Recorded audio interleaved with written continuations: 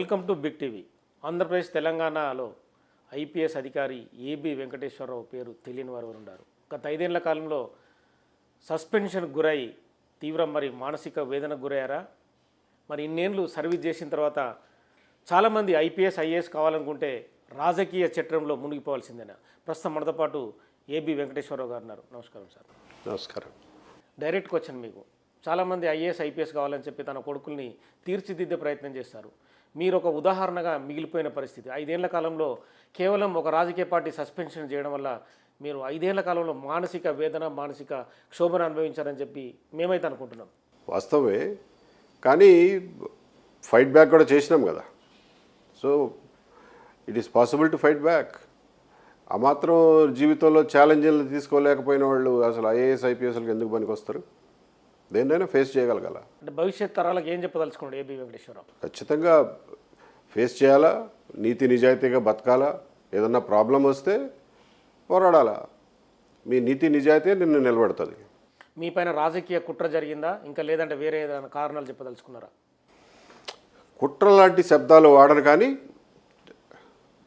పరిపాలనా తీరు రకరకాల ప్రభుత్వాల్లో రకరకాలుగా ఉంటుంది. నేను 30 ఏళ్లలో చాలా ప్రభుత్వాలు చూశాను.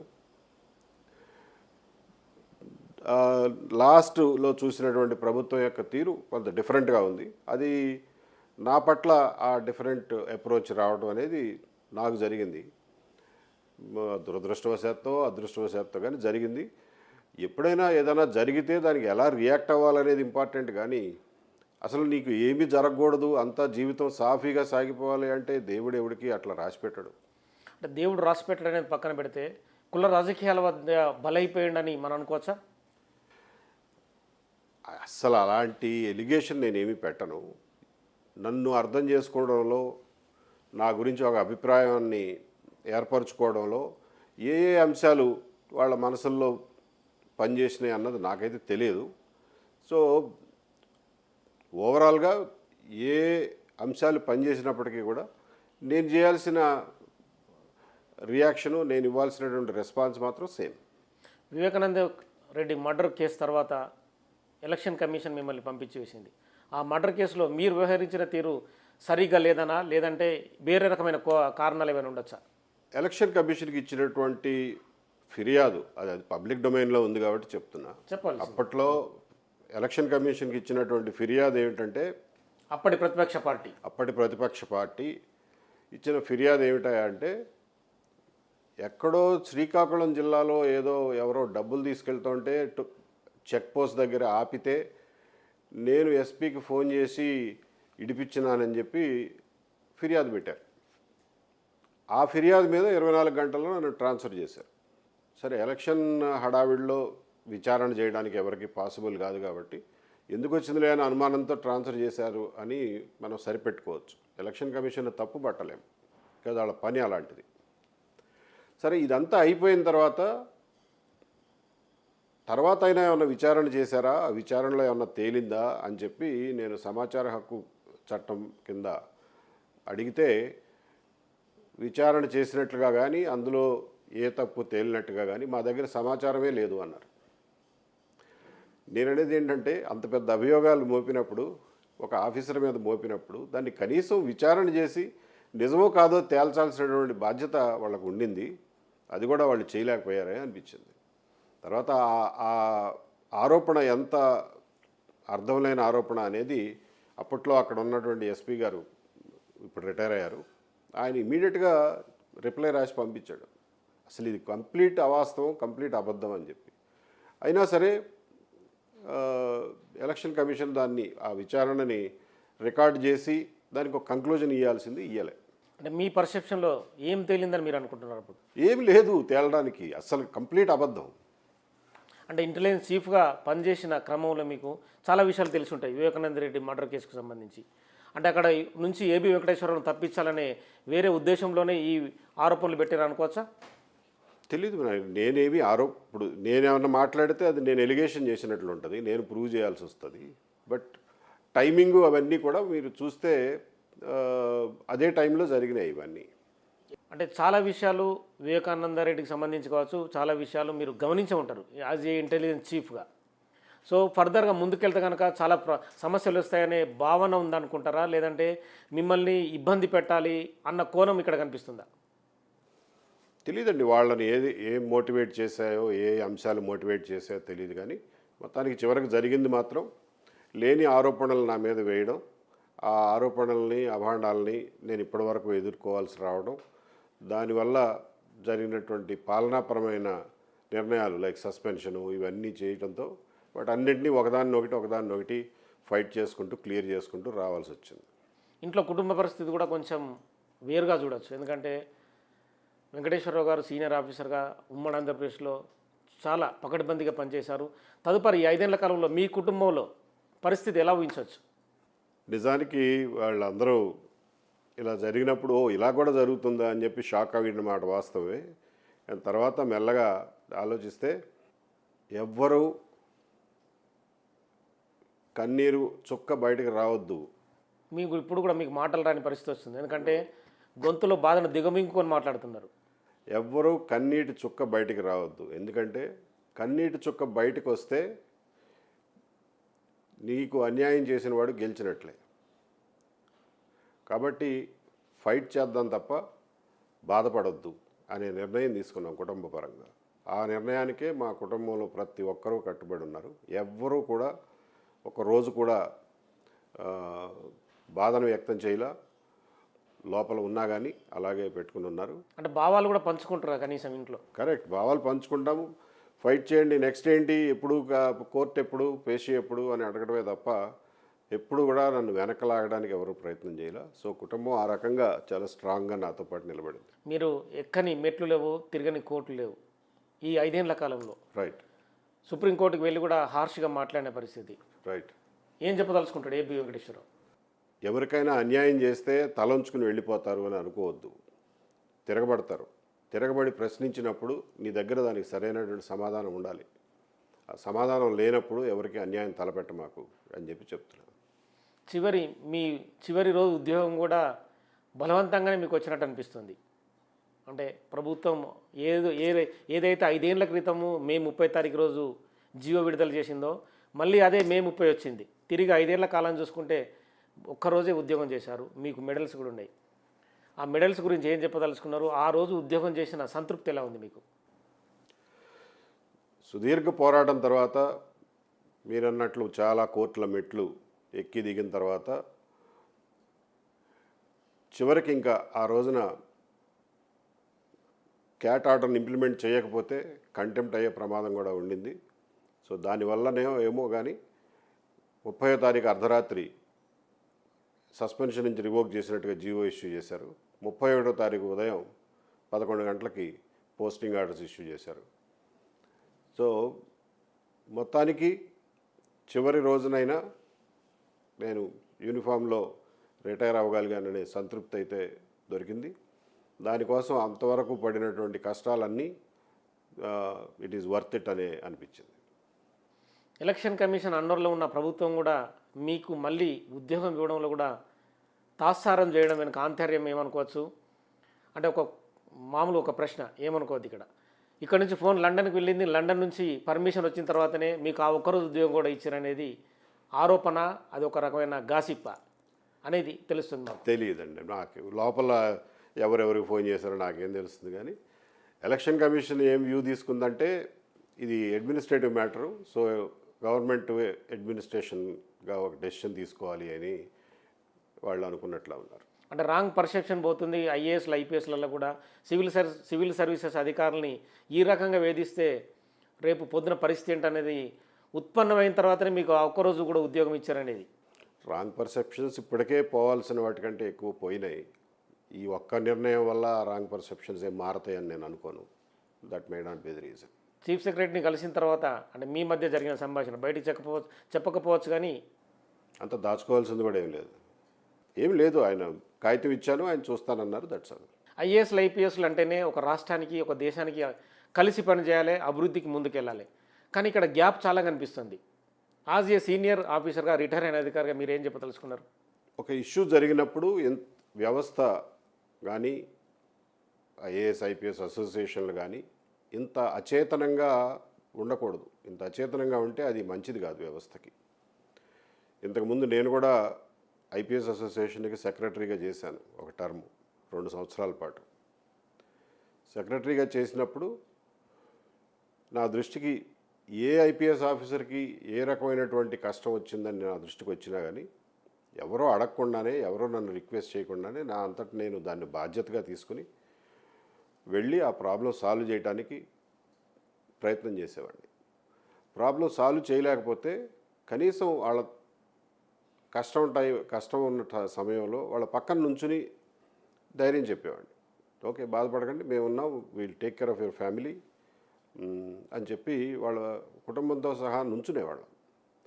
అది మినిమం కర్తవ్యం, కర్టసీ మినిమం కర్తవ్యం ఈ అసోసియేషన్లకి. ఆ మాత్రం సంఘీభావం లేకపోతే ఆఫీసర్ల అసోసియేషన్లు రేపొద్దున ఐసోలేట్ అయిపోతాయి. అది దీర్ఘకాలికంగా సర్వీసెస్కి మంచిది కాదు. ఇప్పుడు తాజాగా నడుస్తుంది ఫోన్ ట్యాపింగ్ వ్యవహారం. అప్పట్లో మీరు చంద్రబాబు నాయుడు గవర్నమెంట్లో పెగాసస్ సాఫ్ట్వేర్ కొన్నారన్న ఆరోపణలు మీ పైన ఉన్నాయి. అది ఎంతవరకు వాస్తవం, ఎంతవరకు అవాస్తవం? అది నేను అందుకే ఇది చాలా సెన్సిటివ్ ఇష్యూస్ కాబట్టి నేను అప్పుడే ప్రెస్ మీట్ పెట్టి మా జమానాలో కొనలేదు, వాడలేదు, అసలు ఎట్టి పరిస్థితుల్లోనూ మా టైం వరకు నేను గ్యారంటీ ఇస్తున్నానని చెప్పి ప్రజలకు చెప్పాల్సి వచ్చింది.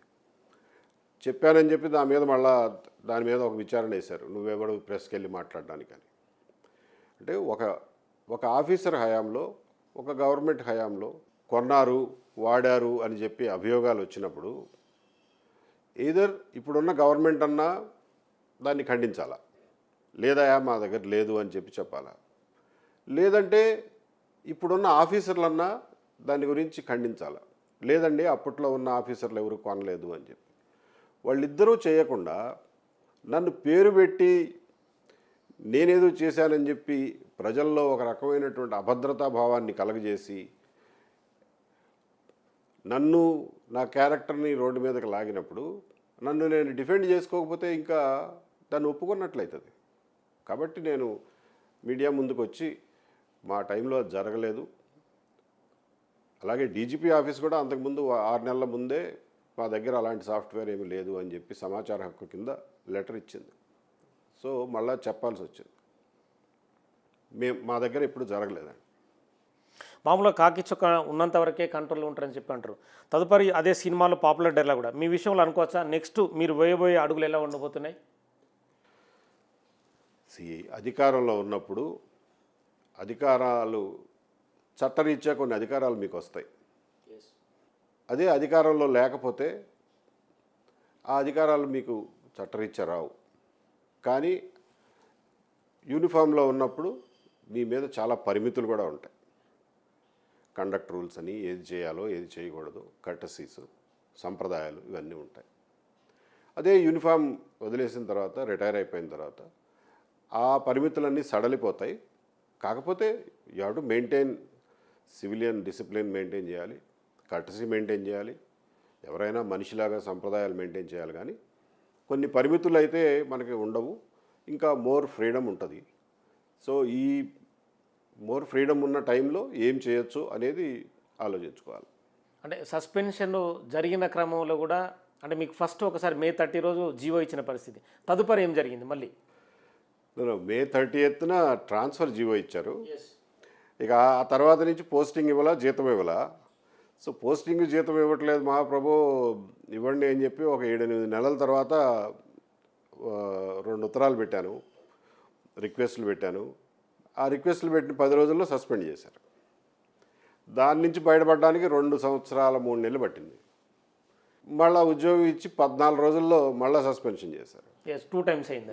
దాని నుంచి బయటపడడానికి ఇంకో 2 ఏళ్ళు పట్టింది. ఈ లోపల 5 ఏళ్ళు కంప్లీట్ అయిపోయింది, సర్వీస్ కూడా అయిపోయింది. ఓకే, సుప్రీంకోర్టు సాక్షిగా ఎవరిని వదిలిపెట్టనని ప్రతిజ్ఞ చేశారు. మీ పగ ప్రతీకారం ఎవరిపైన? హైకోర్టు నా అప్పీల్ని మన్నించింది, సస్పెన్షన్ కొట్టివేసింది. ఈ రోజున దేశంలో అత్యున్నత న్యాయస్థానం సుప్రీంకోర్టు కూడా అదే విషయాన్ని ధృవీకరించింది. కానీ ఇదంతా జరగడానికి 2 సంవత్సరాల 2 నెలలు పట్టింది.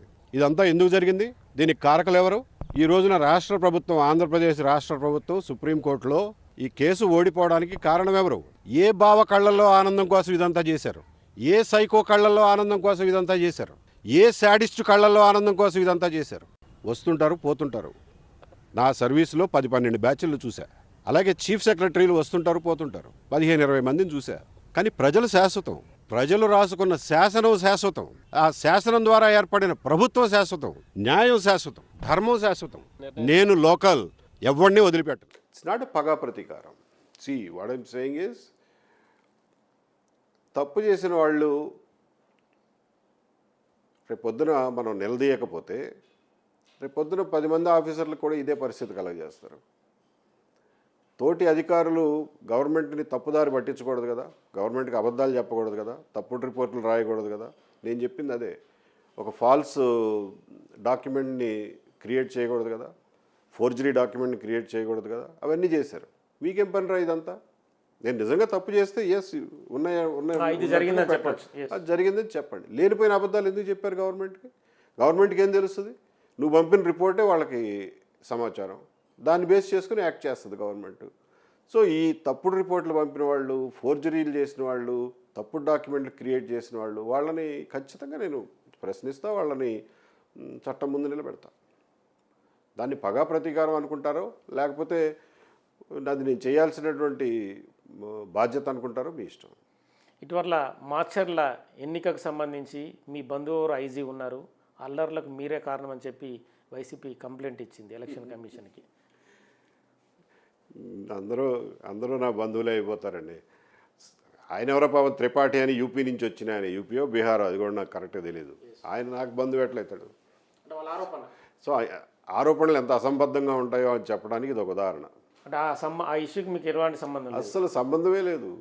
తదుపరి ప్రత్యక్ష రాజకీయాలకు ఏబీ వెంకటేశ్వరరావు వచ్చే అవకాశం ఉందా, లేదంటే కొత్త గవర్నమెంట్ ఫామ్ అయితే ఏమన్నా ప్రధాన సలహాదారుగా అవకాశం ఇస్తే వెళ్ళే అవకాశం ఉందా? నేను అసలు వేటి గురించి ఆలోచించట్లేదు. ఇప్పటి వరకు నా జీవితం ఒకలా గడిచింది. సర్వీస్లో ఉన్నప్పుడు సర్వీస్ చివరిలో 5 సంవత్సరాలు నన్ను నేను డిఫెండ్ చేసుకోవడానికే సరిపోయింది.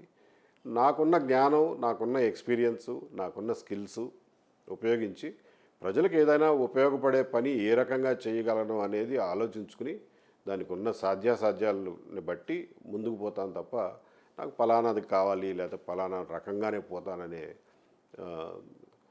స్థిరమైనటువంటి ఆలోచనలు ఏమి లేవు.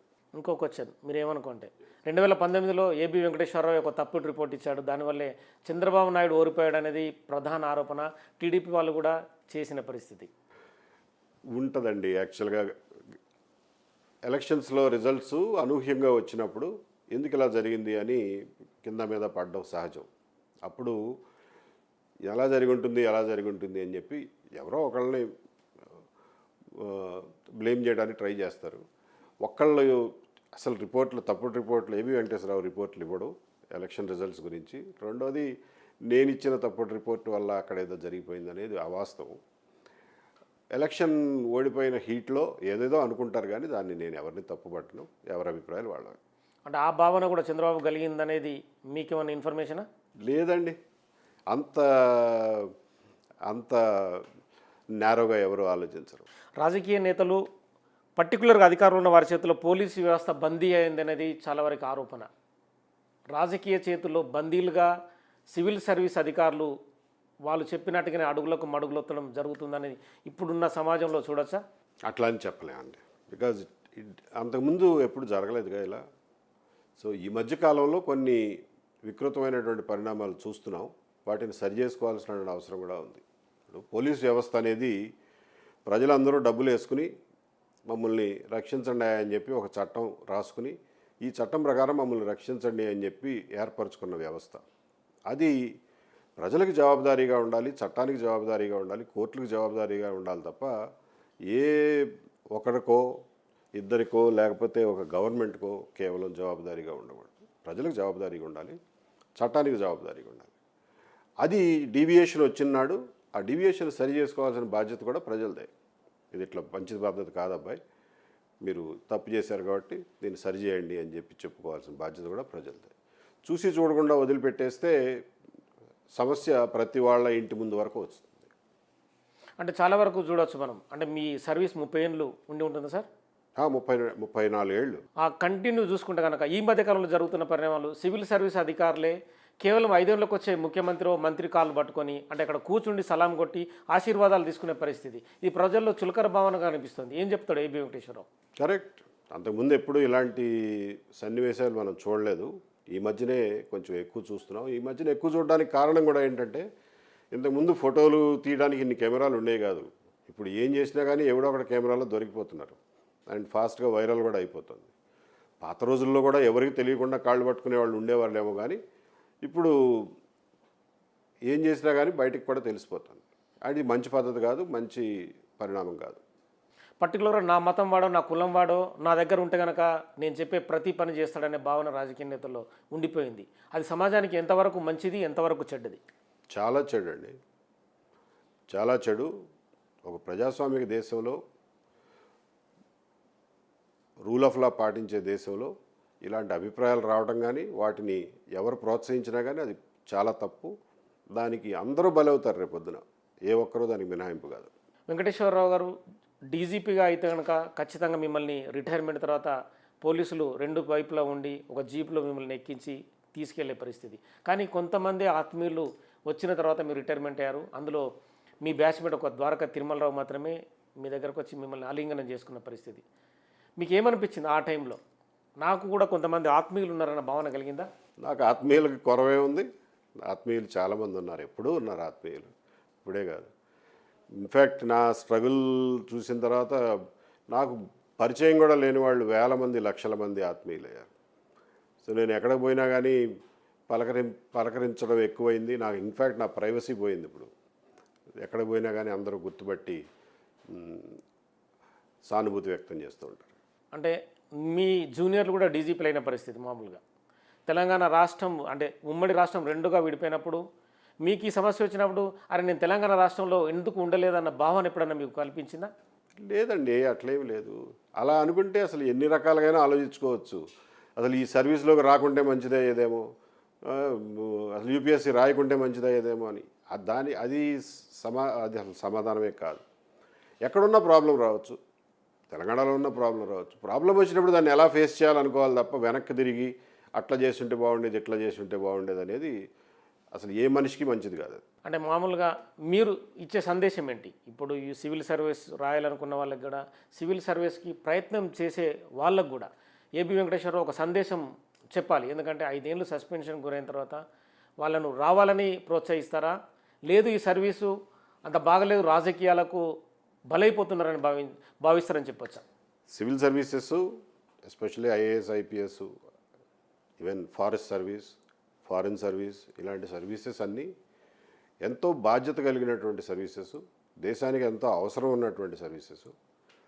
ఇందులో పనిచేసే వాళ్ళకి చాలా అధికారాలు వాళ్ళ చేతుల్లో ఉంటాయి. ఆ అధికారాలు ఉపయోగించి ఎన్నో వేల లక్షల మందికి ఒక్క మనిషిగా మీరు సహాయం చేసే అవకాశం, వాళ్ళ పురోగతికి తోడ్పడే అవకాశం మీకు కలుగుతుంది. అదే పోలీస్ డిపార్ట్మెంట్లో ఉంటే ఎంతోమందిని అన్యాయం నుంచి, అణచివేత నుంచి రక్షించే అవకాశం మీకు కలుగుతుంది. ఇది భగవంతుడు ఇచ్చినటువంటి ఒక అవకాశం. దాన్ని మీరు సీరియస్గా తీసుకుని మీ డ్యూటీని సక్రమంగా చేసి నీతి నిజాయితీలతో చేసిన నాళ్ళు మీకు ఏ ఢోకా లేదు.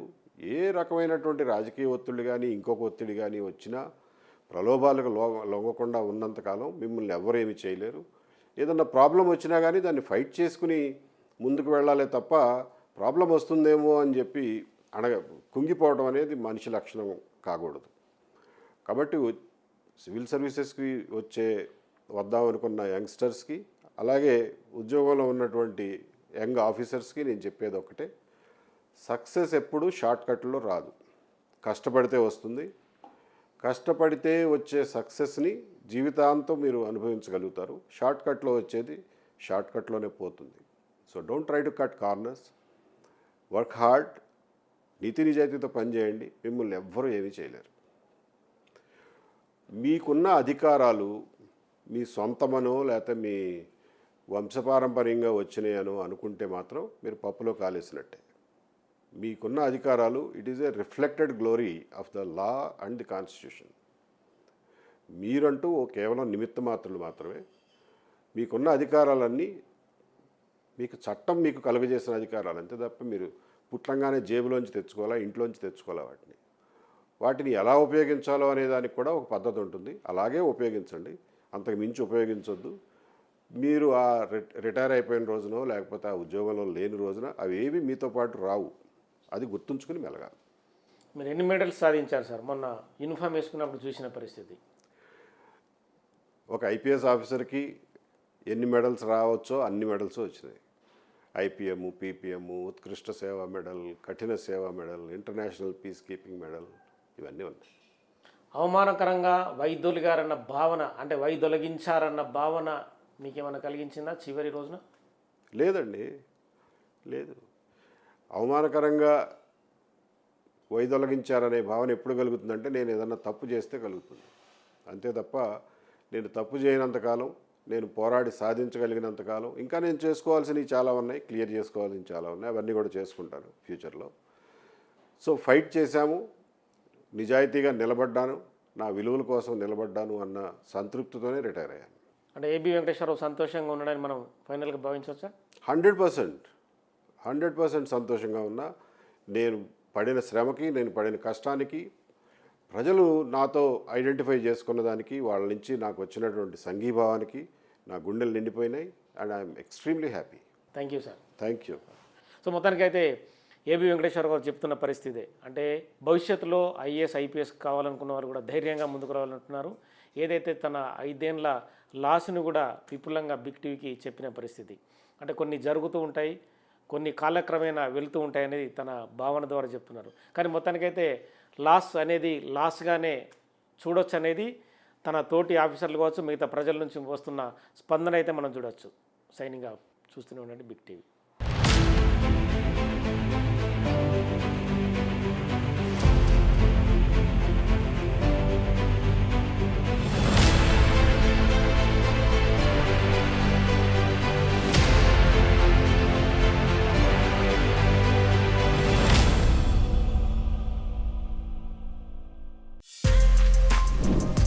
For more videos like this, subscribe Big TV channel.